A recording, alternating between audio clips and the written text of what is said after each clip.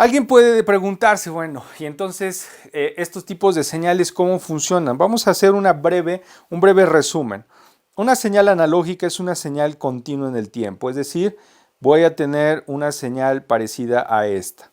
Y una señal digital es una señal la cual es discreta. La más sencilla es cuando tengo únicamente los valores, por ejemplo, que estoy teniendo acá.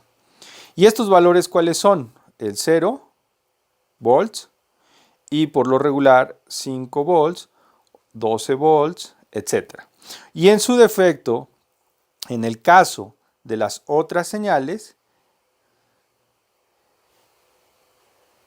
el rango puede variar desde un voltaje negativo hasta un voltaje positivo.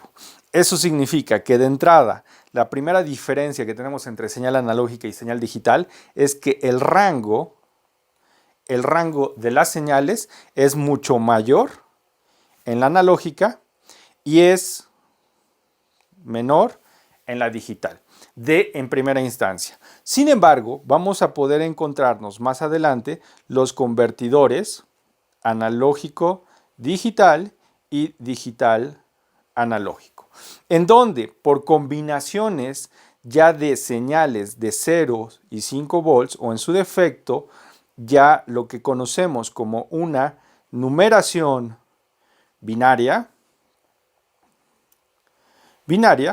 puedo reconstruir señales analógicas, pero de una manera digital, en la cual voy reconstruyendo por medio de señales discretas una señal analógica. Ok, esto precisamente es lo que trabajamos en las conversiones de la música. No sé, a lo mejor pregúntale a tu papá y a lo mejor tú ya ahorita está entrando nuevamente esto del mundo de los discos LP. Los discos LP, son señales analógicas. Entonces, lo cual significa que cuando nosotros convertimos una señal analógica a por ejemplo, una conversión MP3, en el MP3 lo que estamos haciendo es una digitalización, es decir, hacer un muestreo de manera discreta.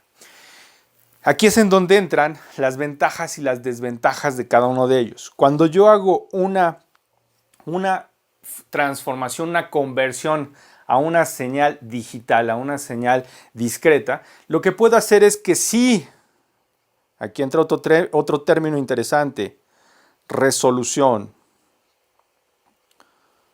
Si la resolución de ese formato digital es bajo, lo que estoy haciendo es perdiendo información. Estoy perdiendo información. ¿Okay? Entonces, vámonos a lo siguiente. En este caso, ¿qué es la ventaja que tengo en mis señales continuas en el tiempo? Un amplio rango. Y obviamente, al tener un amplio rango, una de las desventajas que tendría yo en estas señales es que si existe ruido, este ruido es muy difícil, es difícil el poder eliminar. Sin embargo, cuando yo tengo una señal digital, eso significa que está muy bien delimitada la información, es decir, o tengo 0 o tengo 5 volts, por ejemplo. Y si aparece un ruido, es decir, si aparecen señales por acá, extrañas, pues obviamente yo puedo determinar un rango establecido para saber que esta información es independientemente del rango, es de 5 volts, y tengo un rango definido, el cual es 0 volts. Ok, para este tipo de sistemas de manera electrónica existen los métodos y yo te invito a ver otro de los videos que tengo aquí en el canal en donde analizamos este tipo de comparadores, este tipo de sistemas ya electrónicos. Pero a lo que voy es que es más fácil el poder limpiar una señal digital que una señal analógica.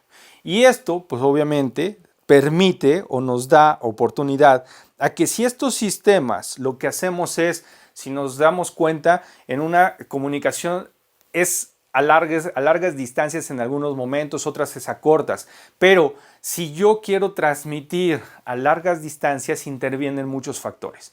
¿Cuál es la mejor manera de transmitir a largas distancias? Primero, si yo transmito de manera analógica y esta transmisión es por un medio el cual tengo también pérdidas, que ahorita más adelante lo vamos a ver, entonces estas pérdidas van a ocasionar que esta señal, aparte de que haya ruido, se vaya disminuyendo su intensidad. Por consiguiente, estas señales analógicas las voy a poder transferir, voy a poder comunicarme, pero a cortas distancias.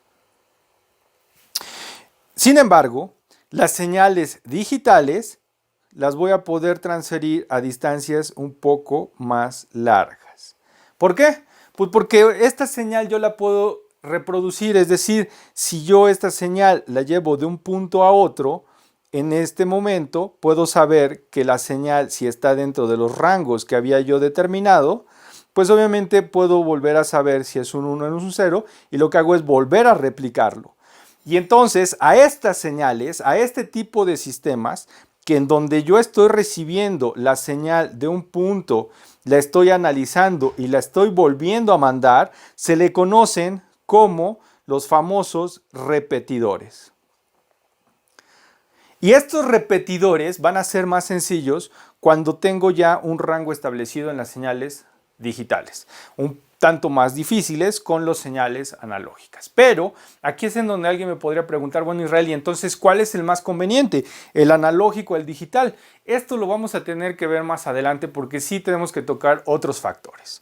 Ok, bueno, y en base a todo esto, pues acabamos de mencionar que va a depender mucho del medio en el que yo voy a transmitir.